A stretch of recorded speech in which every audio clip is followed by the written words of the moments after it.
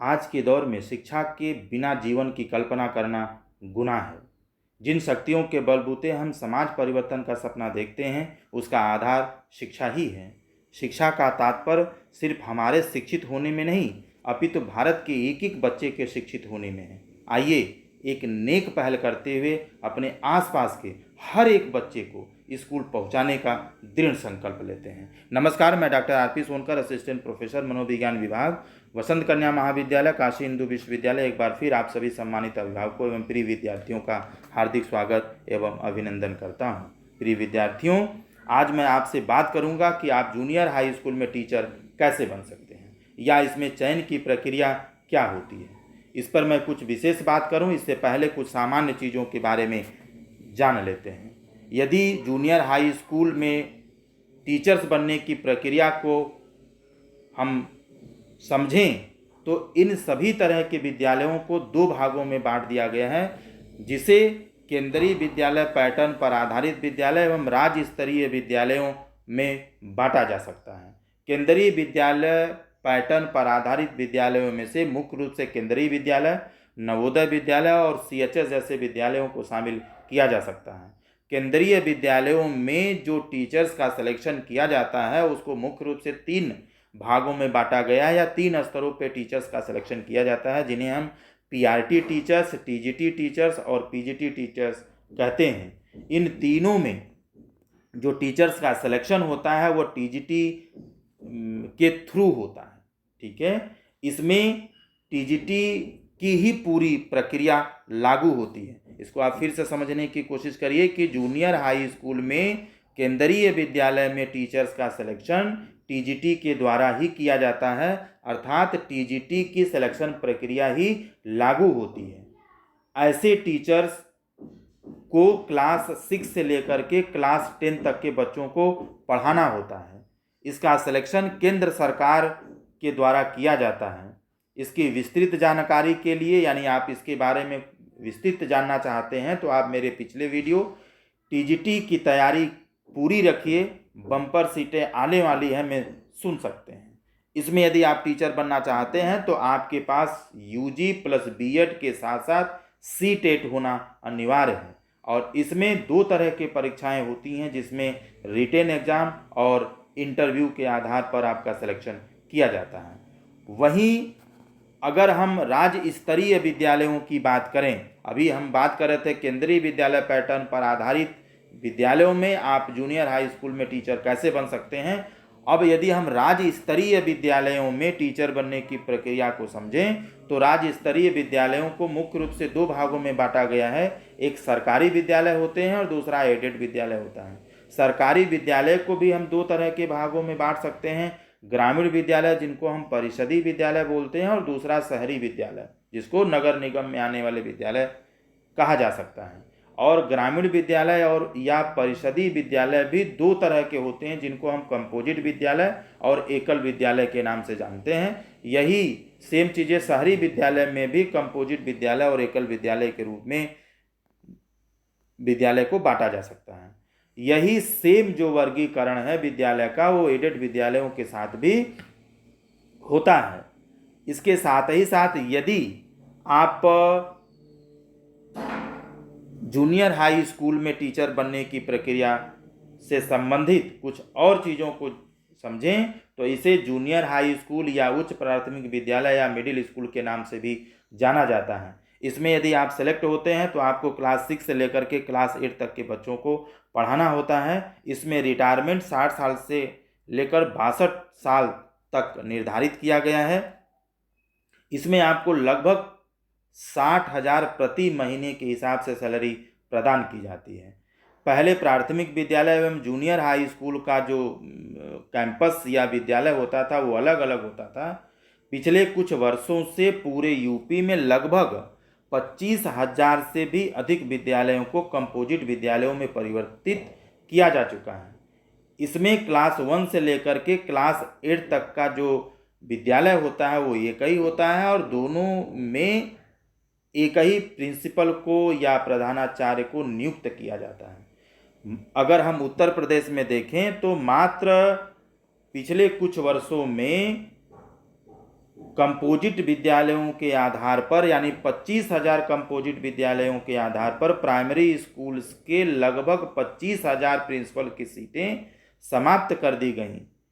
इसमें से कुछ विशेष विद्यालयों की पहचान करके उन्हें इंग्लिश मॉडल स्कूल में भी परिवर्तित किया गया और लगातार यह कार्य आगे भी जारी है। यह शिक्षा व्यवस्था का दुर्भाग्य ही माना जाएगा कि एमटेक, एम फार्मा और पीएचडी करने के बाद भी बच्चे जूनियर हाई स्कूल में टीचर बनने के लिए लाइन में लगे हुए हैं। प्रत्येक 1 या 2 गांवों को मिलाकर एक जूनियर हाई स्कूल विद्यालय की स्थापना की गई है। इसमें लगभग 6 घंटे आपको सेवा देना पड़ता है। ज़्यादातर आपकी नियुक्ति आपके होम डिस्ट्रिक्ट में नहीं किया जाता है। साथ ही साथ इसकी जो सीटें होती हैं वो राज्य सरकारों के द्वारा अपनी आवश्यकता अनुसार निकाला जाता है। इसमें ग्रामीण एवं शहरी क्षेत्र की सीटें अलग अलग निर्धारित की गई हैं। कैंडिडेट अपनी आवश्यकता अनुसार इन दोनों में अप्लाई कर सकता है। दोनों में एग्जामिनेशन जो प्रोसेस होता है वो बिल्कुल समान होता है। इसका चयन राज्य सरकारें अपने इच्छानुसार करती हैं, जिसे डिपार्टमेंट ऑफ बेसिक एजुकेशन के थ्रू पूरा किया जाता है। अगर हम उत्तर प्रदेश की बात करें तो department of basic education Uttar Pradesh के द्वारा इसकी सीटें निकाली जाती हैं एवं चयन किया जाता है। इसकी विस्तृत जानकारी आप इसकी ऑफिशियल वेबसाइट upbasicedu parisad.gov.in पर जाकर प्राप्त कर सकते हैं। इसकी सीटें सब्जेक्ट वाइज निकाली जाती हैं, जैसे साइंस या आर्ट्स के टीचर्स का जो सिलेक्शन किया जाता है। इसमें सेलेक्ट होने पर क्लास 1 से लेकर क्लास 8 तक के बच्चों को आपको पढ़ाना होता है। पिछली बार इसकी 2013 में कुल 29,000 से भी ज़्यादा सीटें आई थी, जिसका सिलेक्शन प्रक्रिया 2015 तक पूरा किया गया था। यह सीटें सिर्फ साइंस टीचर्स की भर्ती के लिए विशेष रूप से निकाली गई थी। 2013 से लेकर अब तक यानी 2022 तक पिछले 8-9 सालों में इसमें किसी भी तरह का सिलेक्शन नहीं किया गया है, जबकि प्रति वर्ष हजारों की संख्या में टीचर्स रिटायर होते हैं। यदि आप UG plus BEd plus TET हैं, इसमें टीचर बनना चाहते हैं तो अपनी तैयारी पूरी करने के साथ साथ आप इसकी ऑफिशियल वेबसाइट पर नियमित रूप से विजिट करते रहिए और देखते रहिए। सरकार जल्दी ही इसमें टीचर्स की वैकेंसी निकाल सकती है। यह विद्यालय राज्य बोर्ड पर आधारित होता है और इसका संचालन राज्य सरकारें करती हैं।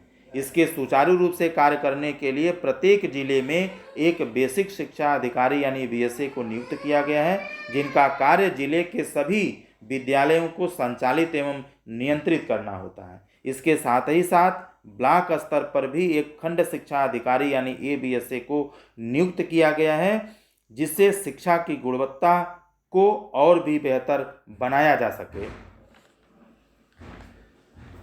अगर हम जल्दी से इसके एलिजिबिलिटी की बात करें, यदि आप जूनियर हाई स्कूल में टीचर बनना चाहते हैं तो इसके लिए आपको यूजी प्लस बीएड के साथ साथ टेट होना अनिवार्य है।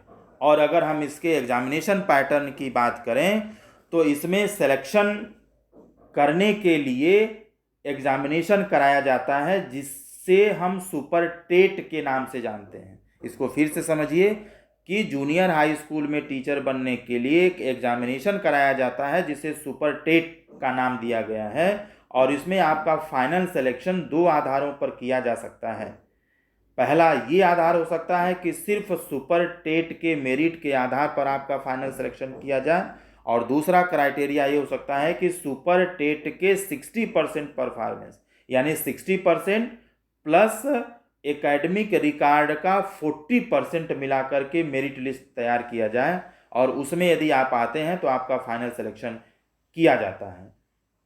इसमें से क्या लागू होगा यह राज्य सरकार अपनी इच्छानुसार तय करेंगी। इसके पहले सुपर टेट नहीं था, यानी जूनियर हाई स्कूल में इसके पहले जो सिलेक्शन किया गया है उसमें सुपर टेट जैसी कोई परीक्षा नहीं होती थी। सिर्फ टेट या टेट प्लस एकेडमिक रिकॉर्ड के मेरिट के आधार पर सिलेक्शन किया जाता था। यदि आप सुपर टेट निकालते हैं तो यह सुपर टेट सिर्फ उसी परीक्षा के लिए मान्य होता है, इसका आप उपयोग अन्य किसी अगली परीक्षा के लिए नहीं कर सकते। यानी एक बार निकाला गया सुपर टेट का सिर्फ उसी परीक्षा के लिए वैलिड होता है। जबकि अगर हम टेट या सी टेट की बात करें तो पहले 2020-21 के पहले टेट या जो सी टेट है इसे 7 सालों तक के लिए वैध माना जाता था, परंतु 2020-21 के बाद इसे लाइफ टाइम के लिए मान्य कर दिया गया है। अगर हम जल्दी से सुपर टेट के एग्जामिनेशन पैटर्न की बात करें तो अभी तक जूनियर हाई स्कूल में कोई सुपर टेट नहीं कराया गया है, क्योंकि 2013 के बाद कोई भर्ती नहीं आई है। तो यदि हम प्राइमरी स्कूल में कराए गए सुपर टेट को एग्जाम्पल मानकर इसके एग्जामिनेशन पैटर्न की बात करें तो इसमें लगभग कुल 150 प्रश्न हो सकते हैं, जो सभी MCQ टाइप के होंगे। यानी आपका मूल्यांकन 150 नंबर का होगा, सभी प्रश्न 1 नंबर के होंगे। इसके लिए आपको 2.5 घंटे का समय दिया जाएगा और इसमें किसी भी तरह का नेगेटिव मार्किंग नहीं होगी। इसमें जितने भी प्रश्न आएंगे वो GK GS, current affairs, maths, reasoning, general Hindi और इंग्लिश से संबंधित हो सकते हैं। मैंने कोशिश की है कि मैं आपको इससे संबंधित सभी जानकारियों को दूं। इसके बावजूद भी आप किसी विशेष तरह की जानकारी चाहते हैं तो आप कमेंट बॉक्स में जाकर लिख सकते हैं। आप सभी को अपना कीमती वक्त देने के लिए बहुत बहुत